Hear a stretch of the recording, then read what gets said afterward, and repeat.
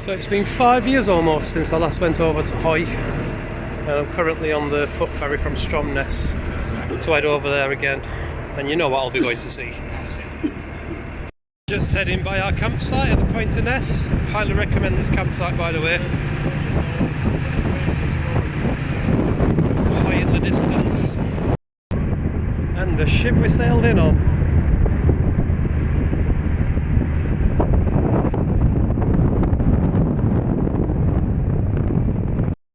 Just about to land on Hoy.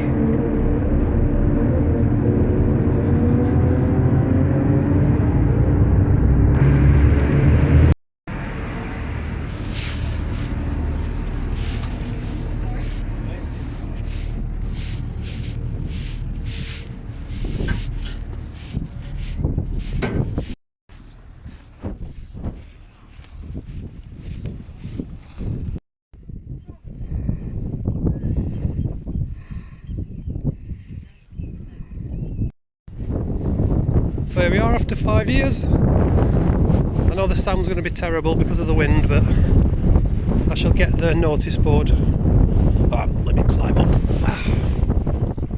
There we go.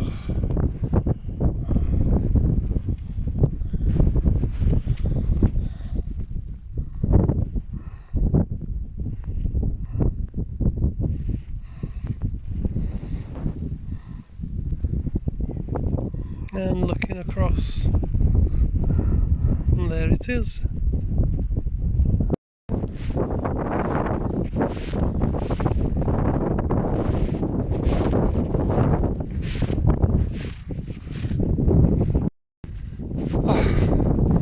And around an hour's walk later, a final few metres.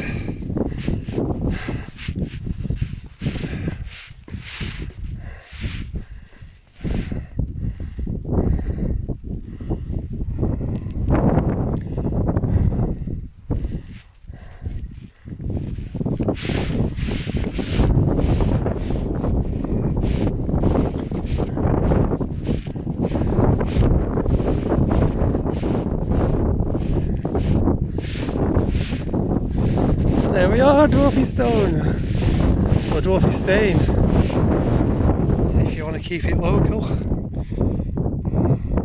Wow.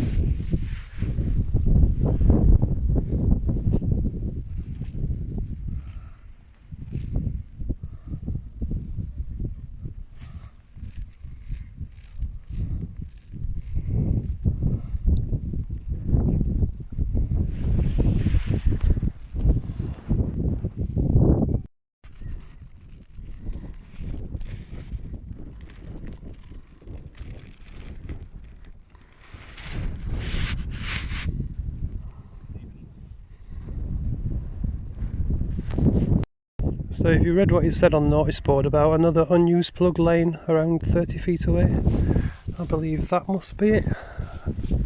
It's very, very boggy to skirt around.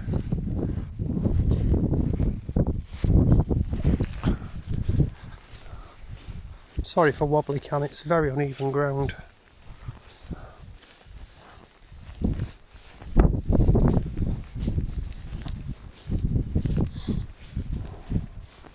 Can't see any other rocks of that shape laying around, so I presume this is it. It looks about the right size. I wonder why they made two though.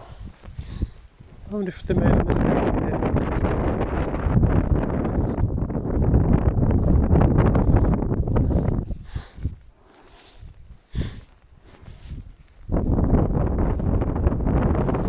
Really sorry for the wind, there's nothing I can do about it. It's really open out here. That top of it does look carved. I wonder if it almost looks like what you don't know the correct term, the where you would moor a boat, the mooring point. I wonder if they did drag it.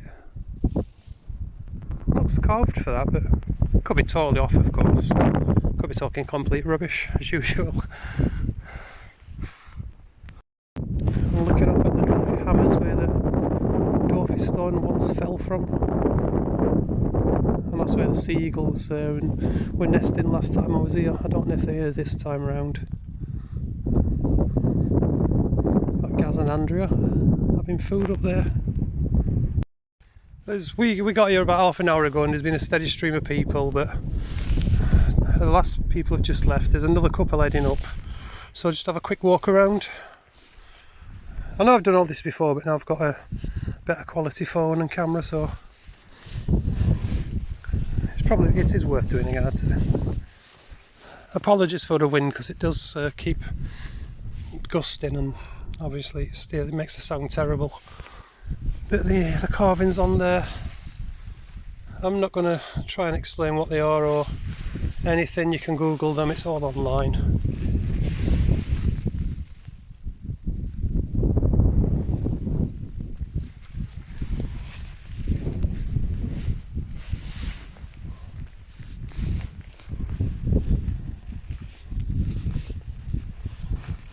It's different to the last time I was here when it was really hot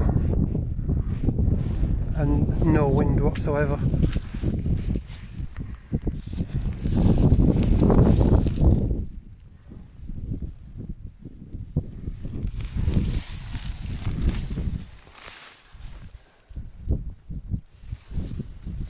Quite a bit of graffiti on the back as well.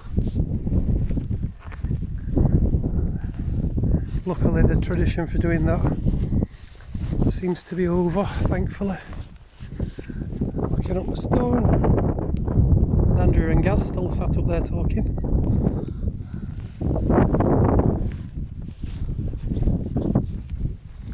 Looking up the valley. The clouds passing over the mountain. Stunning scenery. Looking over Graham Say on back to Orkney.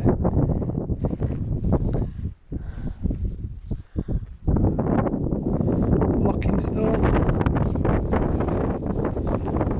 This is going to be very clunky getting inside, so I apologise.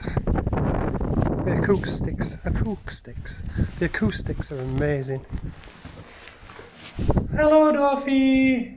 It's very difficult to get good video in here. The features, there's straw in there. There was straw last time I came. I don't know if it's the same or not. On the other side, you can't really see it. You can't get far enough back to video what it looks like, really.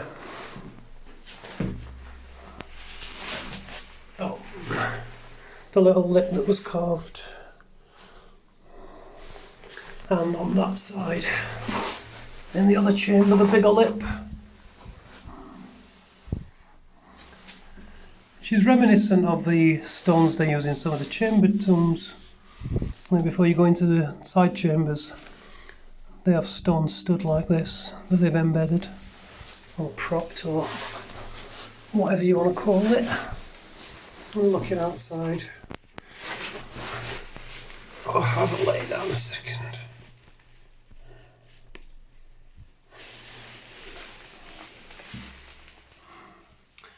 This makes you wonder how they move such stones, doesn't it? Yeah, they have the technology they needed, obviously. Try and crawl back out without too much wobbly cam. Ah. The other people are just about to get here.